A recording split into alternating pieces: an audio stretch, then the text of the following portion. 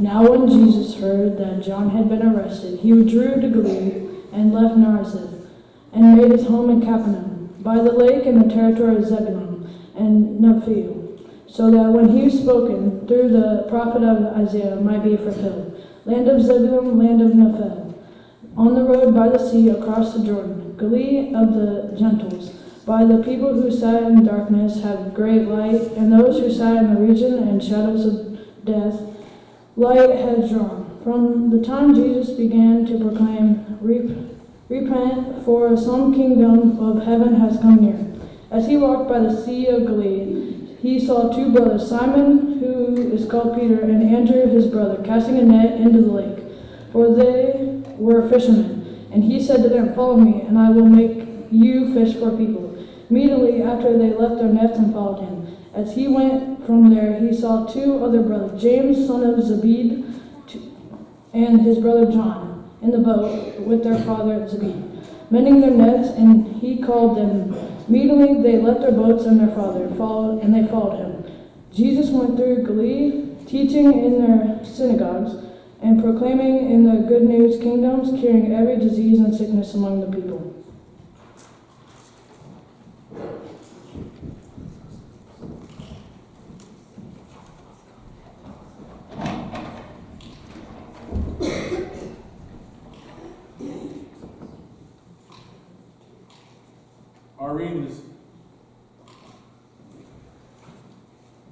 Our reading this morning comes from all three Gospels, although it is put in different spots in a couple of the Gospels. In Matthew and Mark, it's kind of put towards the beginning. In fact, in Mark, there's no birth story or nothing. It basically starts with John the Baptist and then Jesus calling his disciples.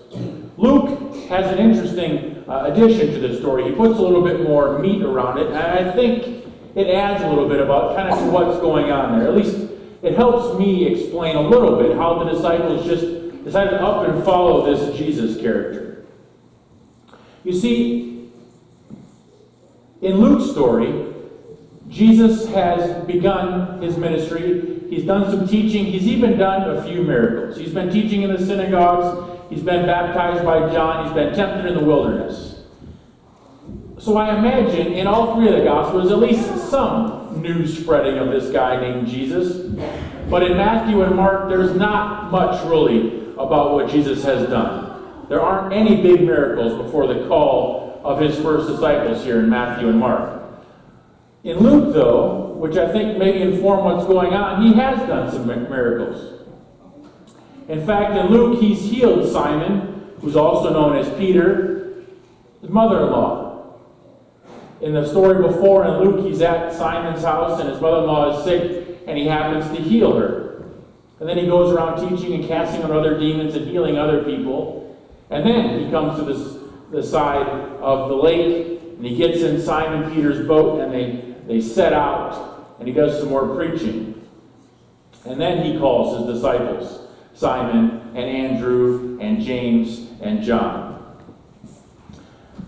Of course, maybe it happened like it did in Matthew and Mark, where Jesus just shows up, says, Follow me, and the two sets of disciples say, Yep, I'll drop whatever I do, and I take off. But I wonder if maybe the story of Luke is a little bit more of how it happened. Because in Luke, like I said, Jesus has already performed a couple miracles. Simon or Peter has seen Jesus heal somebody. And then Jesus comes to the side of the lake and he says, Let's put me on the boat so I can talk to these people. They don't crowd me too much. And then after they're done, Simon and Andrew were fishermen, and they'd been fishing all day, and they hadn't caught a single thing. While they're out there in the boat, according to the Gospel of Luke, Jesus says, Put your nets down here on the other side of the boat. And of course, Peter's like, What are you talking about? We've been out here all day, haven't caught a single thing. What does this guy know about fishing? After a little bit of argument, Peter decides to, okay, I'll put out this net. And of course what happens is they catch so much fish that they have to call another boat over to help with the catch, otherwise they're going to sink. And then Jesus comes back to the shore and says, Follow me. And Simon, of course, and Andrew's brother Andrew, and James and John both say, okay. Because in Luke, James and John are partners. with Andrew and Simon. So I can see that happening, right? You just witnessed somebody heal your mother-in-law. You just saw him heal a bunch of other people and teach and cast out demons. You just saw him fill up your nets with fish. A little bit easier to follow somebody, right? After you kind of experience those things. But in Matthew and Mark, all that is left out. Basically, Jesus shows up on the side of the lake and says, Andrew and Simon, follow me. And then James and John a little bit later, you follow me too. You just leave your father's fishing business and just come along with me. I like to imagine sometimes what old Zebedee thought as his kids picked up and followed this hippie preacher, right? He's going to be like, what are you guys thinking? You're insane. I can't do this by myself. So, when Jesus calls, do we follow? For Andrew and Simon, who's also called Peter, it gets confusing because the Gospels go back and forth, but it's Peter, the one who will deny Jesus, and the one who's the rock that Jesus builds his church upon. But when they're called in Matthew and Mark, they simply drop what they're doing and follow. No questions asked. In Luke, there's a little bit more of a backstory saying there's a reason maybe they followed, because they knew what this guy could do. They'd experienced some of those miracles. And I kind of like Luke's story filling it in because it gives them a little bit more of a realistic thing. Well, I have no doubt that Jesus' call was strong and that they wanted to follow in Matthew and Mark. But it makes a little more sense to me, at least, if there was some backstory, at least knew who this guy was. It's hard to imagine James and John just leaving the family business for some guy they really had no clue about. But no matter how you look at the story, whether if it's in Matthew and Mark, where they simply just drop what they were doing and follow, or if it's Luke, there's a little bit more of a backstory, they uprooted their lives and decided to follow Jesus. A lot of times when we read this story, we kind of miss the challenge for us because it's kind of a romanticized, oh, isn't that nice that those disciples decided to just follow and leave Jesus? Isn't it nice what they did?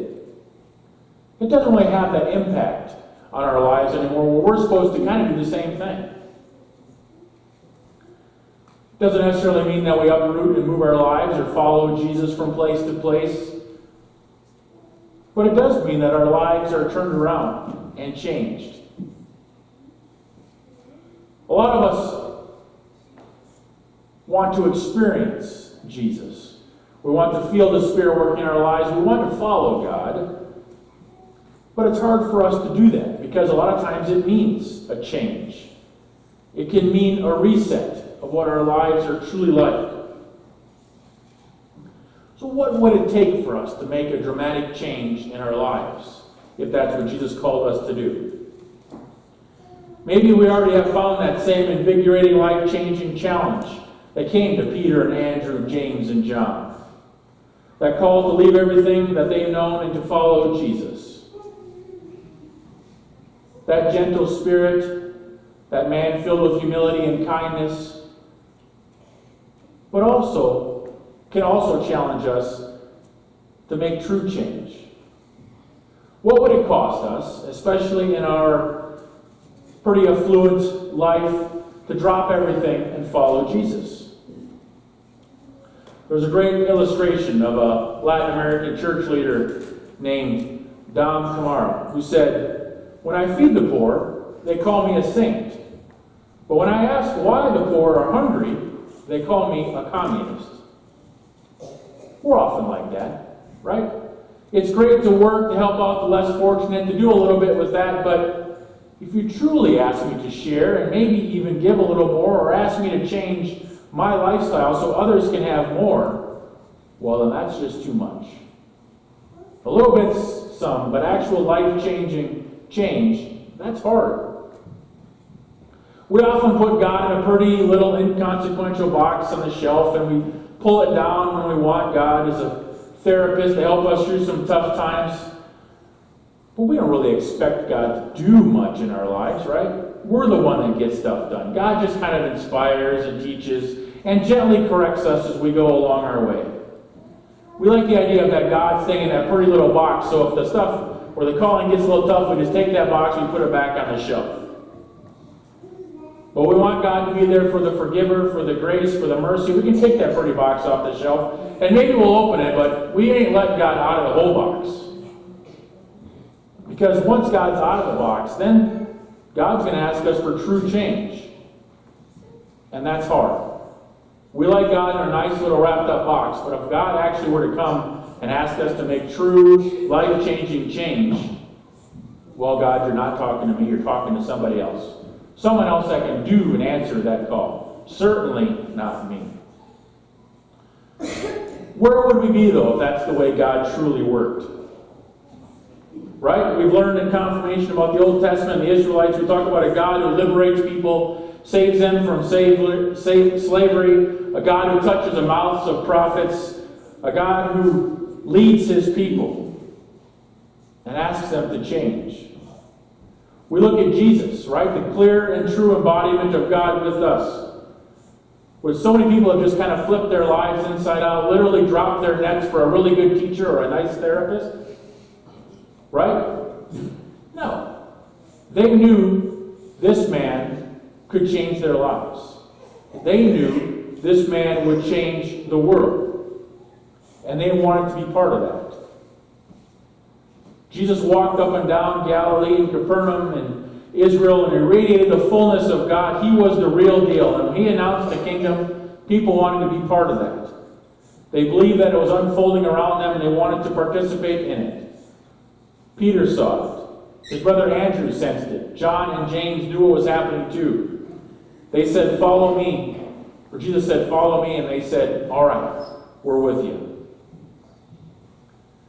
If we want to experience life-changing call, then Jesus is going to cost us more than just an hour on Sunday morning. But we don't like change. Right? Point one is life calls us to routine, but God calls us to follow. In the end of our reading, Jesus says, "Follow me and I'll make you fishers of men." Think for a second. This morning you got up, probably followed the same routine that you always follow. You maybe had the same breakfast. You drank the same number of cups of coffee. You got in the same car and drove the same route to church. You maybe sit in the same pew that you usually sit in.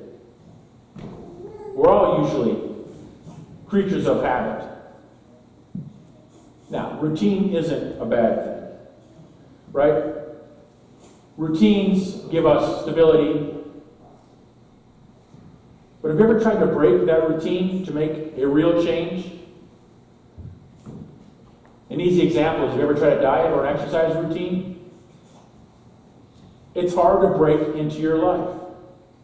How about the routine of maybe getting up a little earlier or trying to do some reading or devotions in bed? Or what happens to your life when there's something thrown that changes your routine? If you're like me, it's chaos for a little bit because I like my routines. I like when I get up that Tracy has my coffee at the side of my bed, breakfast waiting for me, my clothes are laid out, the children are up, rooms are picked up, ready to go each morning. But we all like our routines. And if our routines get thrown into change, then it's chaos for a while until life settles back down. Now, lives cannot be a constant state of change or chaos, or we all go crazy. Routines give us grounding. They're good. But when routine keeps us from trying anything new or hearing and responding to God's call, then we have a problem. The calling by Jesus is a way to break your routine, to join him in his work. What if you woke up early this morning and you felt this sense that maybe you need to pray for somebody? Would you follow that calling, or would it be easier just to fall back asleep and I'll take care of it later? Or if on the way to church you were driving, all of a sudden you just felt this need or this desire to go a different way. And you wound up finding someone on the side of the road that you need to help. Or what if you just sense this calling that there needs to be a change in my life, I need to do something different, but I'm just too scared to try. We fight the calling of God because we like to stick to our routines. I've always done it this way. I've always given this much. I've always done this or that.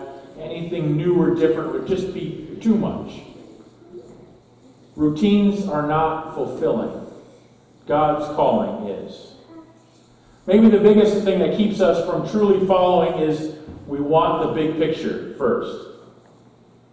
I like this one. I fall into this all the time. Sure, God, I'll follow, but what's it going to cost me? And what's the whole picture going to look like? What's the whole journey going to be? I'd like to know where this ends before I say yes. Or I like to know exactly what this is going to require of me before I say yes. What is the big picture? But God doesn't work like that. God says, trust me in the first step and the steps to follow, and trust that I'll be there with you. Think about Peter when he gave up the fishing. Do you think he thought to himself, one day I am going to lead this church? Do you think that one day I'm going to preach and 3,000 people will be converted on the day of Pentecost? You think Peter thought, I'm going to write a few books that end up being in a Bible that are read by people thousands of years later and inspires them? Do you think Peter thought, well, this is going to cost me my life? Probably not. He didn't know what following Jesus was going to cost him, but he knew that he had to follow. If he probably knew the pain and suffering that was going to follow, he may have chose not to. But he would have missed out on all of his other experiences. Traveling with Jesus. Performing miracles of his own. Leading the church. Starting the church. And that's what we miss when we say no to. When we say, I just don't know if I can do that. It's going to cost me too much. It's going to change too much. Sure, God will continue God's plans with someone else. But look what we have missed. The blessings we would have missed. I'm sure if we knew the way our lives were going to unfold, we may or may not sign up for that. I'm sure there are parts of our lives where we'd say, I'd like to skip that. I'd like to not go through that. But each of those pieces form who we are and shape who we are. And then God uses who we are to continue God's message. So we can't know the big picture because we don't understand the way all the pieces fit together. God calls us to do something more. The last thing that keeps us from following is if we don't follow immediately. I'll get to it when, and then you fill in the blank. I've got more time, I've got more money, I've got more energy, I've got fewer kids at home. I'll get to it when, and then we never get to it. This is the favorite response in my house when someone's asked to do something. I'm getting to it. Yeah, before you graduate, preferably. If we don't respond immediately, we never respond. We rarely respond. Because routine gets in the way. And we start thinking, oh, what's it going to cost me? What's it going to do? So if you want true change, if you want to know and feel how God is calling and leading you, then open yourself up to change. Open yourself up to God's call and be willing to be challenged. The calling for each one of us is different. The cost for each one of us is different. But what is the same is that God is there in that calling, and the cost has to be real, and it has to be felt. It has to cost us something if we want to truly feel God's work in our lives. And believe me, the cost is always worth it. Amen.